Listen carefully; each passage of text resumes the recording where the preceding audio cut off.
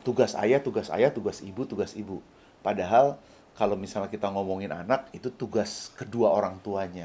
Kan kalau perempuan itu banyak halangannya ya. Setiap bulan, dalam kondisi datang bulan, secara fisik, secara mental, semuanya itu akan berbeda dengan pada saat-saat normal gitu loh. Kita mengerjakan itu dalam keadaan berat hati, terpaksa, itu anak-anak juga bisa ngerasain dan anak-anak juga biasanya menolak itu gitu loh. Ah, nggak mau ah. Ayah, nilai bukan hanya diajarkan, tapi diturunkan lewat perbuatan. Tanpa engkau jadi panutan, ku tumbuh tanpa pijakan ke depan. Oke, kembali saya Roni Waluya ingin bercerita dan sharing di sini bagaimana saya bersama istri saya berbagi tugas ya, co-parenting.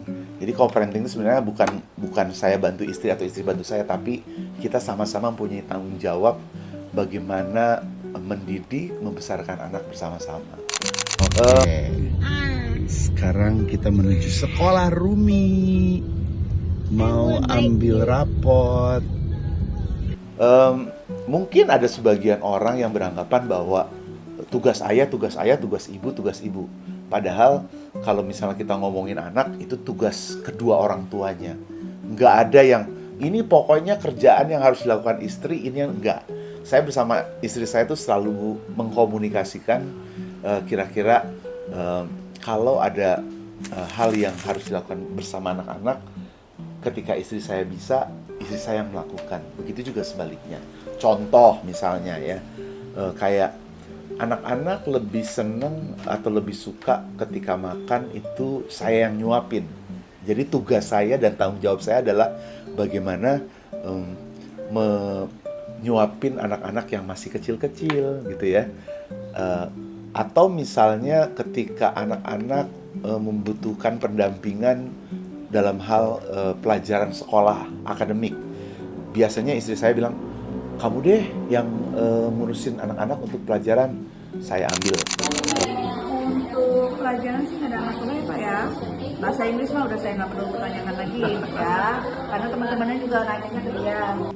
Tanggung jawab itu. Kemudian kalau misalnya untuk memandiin anak-anak, itu biasanya tugas istri saya. Cerita sebelum tidur, anak-anak lebih suka tuh kalau misalnya istri saya yang cerita. Tapi bukan berarti saya nggak bisa melakukan itu. Tergantung siapa yang pada saat itu punya waktu untuk bisa melakukan tanggung jawab dan kewajiban itu. Jadi saya pikir bahwa setiap harinya, apalagi kalau misalnya istri saya lagi, kan kalau perempuan itu banyak halangannya ya. Setiap bulan, dalam kondisi datang bulan, secara fisik, secara mental, semuanya itu akan berbeda dengan pada saat-saat normal gitu loh. Dan saya sangat mengerti. Jadi saya bisa berinisiatif untuk mengambil tanggung jawab yang biasa dilakukan oleh istri saya. Ya mandiin anak-anak, ya ngelon anak-anak kalau mau tidur, nampingin belajar anak-anak. Dan itu saya lakukan bukan keterpaksaan gitu loh. Saya yakin bahwa ketika ayah dan ibu di rumah selalu berkomunikasi, saya yakin tidak akan ada yang merasa bahwa oh ini tugas kamu, ini tugas saya. Enggak.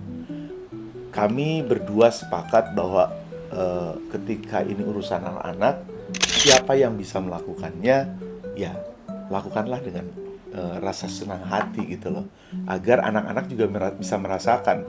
Karena kalau misalnya kita mengerjakan itu dalam keadaan berat hati, terpaksa, itu anak-anak juga bisa ngerasain dan anak-anak juga biasanya menolak itu gitu loh. Ah, nggak mau ah, dedinya lagi begini, ah nggak tahu maminya gitu loh.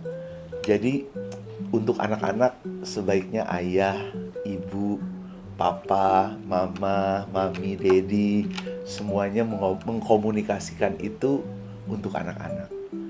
Co-parenting bukan berarti cuman bagi-bagi tugas, tapi bagaimana ayah dan ibu, mama dan papa, mami dan dedi, semuanya merasa bertanggung jawab untuk selalu berada di sisi anak-anak untuk kebaikan mereka.